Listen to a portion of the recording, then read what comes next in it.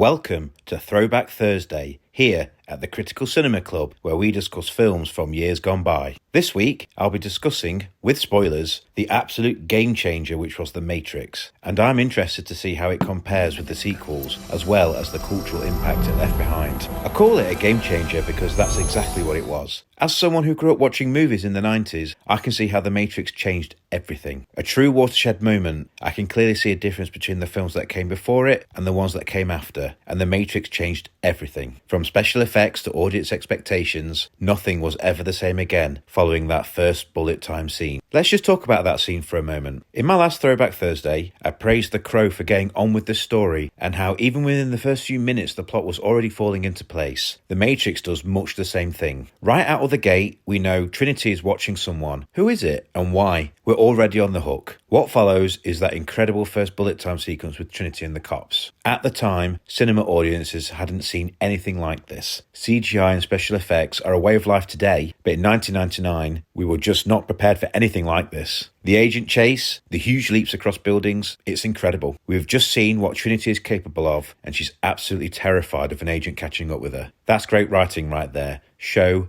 don't tell. After Trinity disappears in the phone booth, we're left absolutely stunned. What an opener. The rest of the film delivers on that setup and premise. Absolutely. It's a truly astonishing film. I just want to pick up on that point with the writing for a second. The filmmakers did a great job here of laying the storytelling with a complex story and a simple plot. What I mean by that is the story is this overarching narrative that the machines have placed most of humanity into a dream state where they feed off us while we live in their constructed world called the Matrix. As someone who was around at the time, I can tell you that some audience members were absolutely baffled by this concept. The Matrix paved the way for more complex big-budget movies like Inception, for example, but this was one of the first big movies of its kind that I can recall with this type of complex story. The filmmakers used a couple of tricks to simplify the plot to help viewers to understand and follow what is going on. When the characters are in the Matrix itself, there is a slight green tint to the picture. This subtly lets us know when we are in the Matrix and when we are in the real world. The sequels didn't seem to do this as much, which is a shame. The look and feel of the original is so much better than what came after. It's hard to believe that they're from the same franchise. The best thing that they did in the first movie was to keep the plot simple, as strange as that sounds. In the background, we have this complex story of the machines, the Matrix, the revolution, and so on. That's the story, which is different to plot. Plot is what actually happens in the film, the series of events. When you break it down, the plot is relatively simple. Neo discovers the truth about his world and after experiencing doubt, must learn to master his fear and control his abilities to save his mentor, Morpheus, when a crew member betrays them to the machines. A lot more than that takes place, of course, but that's the plot in a nutshell. Keeping the plot simple with just the core cast interacting with each other, just like in The Crow we discussed last week, helps the audience to grasp the complex concept of the story in the background, which is what we call layered or multi-layered storytelling. So let's take a quick look at the core cast here and who interacts with who. Many different conversations take place between various characters, obviously, but these are the main relationships. When you look at it like this, you can see how relatively simple the plot actually is. Now, let's compare this with the sequel, The Matrix Reloaded. Look how many characters there are here and the main relationships between each. I'm not going to say that it's necessarily a bad thing to expand your universe. For a franchise to grow, that's what you have to do. The problem here is that the complex story becomes even more complicated and it also enters the plot. We now have a complex story and a complex plot. After we've met the Merovingian, the Keymaker, the Architect, our heads are spinning. And though the process has altered your consciousness, you remain irrevocably human. Your life is the sum of a remainder of an unbalanced equation. You are the eventuality of an anomaly with harmony of mathematical precision. It remains a burden assiduously avoided. It is not unexpected, and the anomaly is systemic, creating fluctuations in even the most simplistic equations. I can make that dream come true too, aka for you.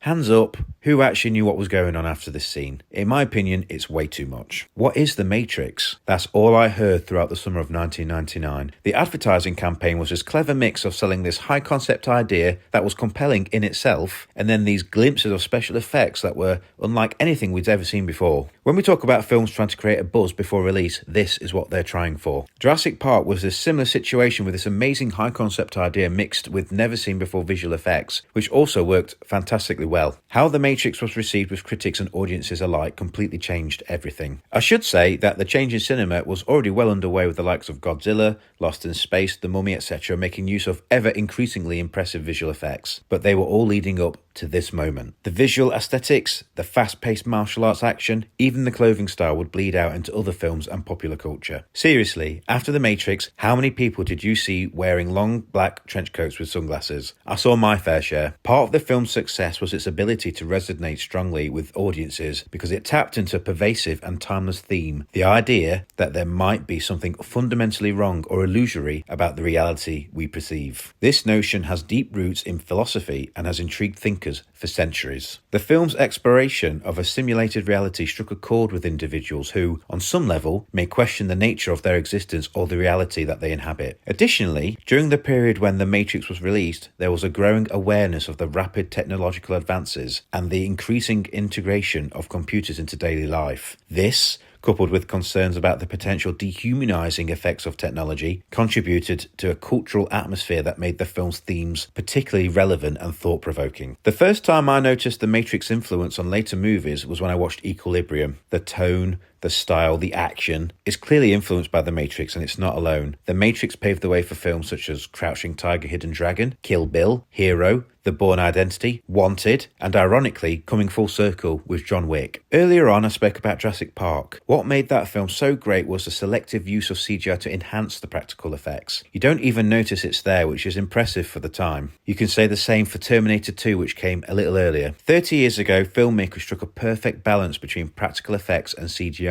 Practical effects done well will beat out CGI any day, in my opinion, with CGI filling the gaps where the effects weren't practical to do. Take The Thing. That film is over 40 years old, and for my money, the effects look better than most CGI offerings today. The Matrix very much fell into this category. For the most part, practical effects were used, with CGI being used sparingly. Even bullet time was done with practical effects and hundreds of cameras. I'm going to say The Matrix was something of a poison chalice, however. It opened the door to CGI becoming king, and what we saw was a shift to a heavy reliance on it, which I think in a lot of instances saw a downturn in quality after the novelty wore off. One example I can remember from the time was the fight at the end of Blade Trinity. A lot of CGI was used, and I thought, is this necessary? Is it helping the action, or are they doing it because they can? The original Blade had some CGI, of course, but not to this extent, and it is infinitely better in my opinion. The biggest offender, ironically, are the Matrix sequels. Following the film that started this revolution, where the Matrix relied on practical effects, tight storytelling, and well-choreographed fights, the sequels were a bit of a CGI mess. The slow-motion punch Agent Smith throws in Revolutions is a far cry from the emotionally charged showdown at the climax of the original movie. I'm not exaggerating when I say that the entire cinema audience erupted in laughter at that CGI punch. The Matrix had become a joke, a parody of itself. Neo's journey in the first movie is gripping. Is he the one? What can he do?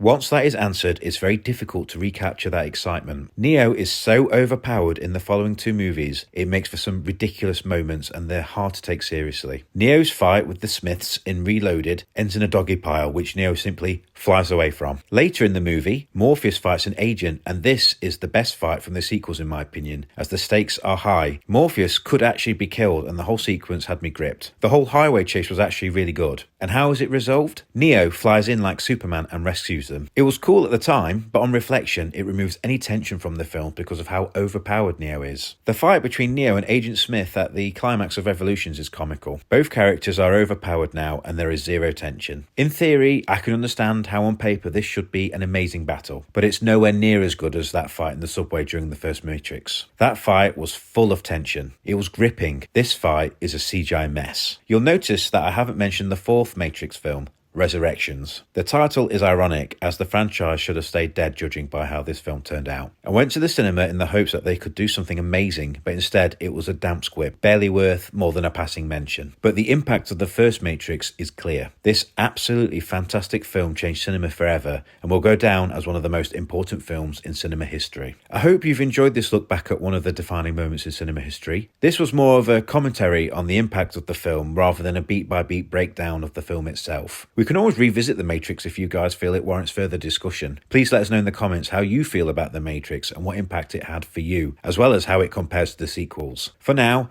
I'll say goodbye and I'll see you on the next one.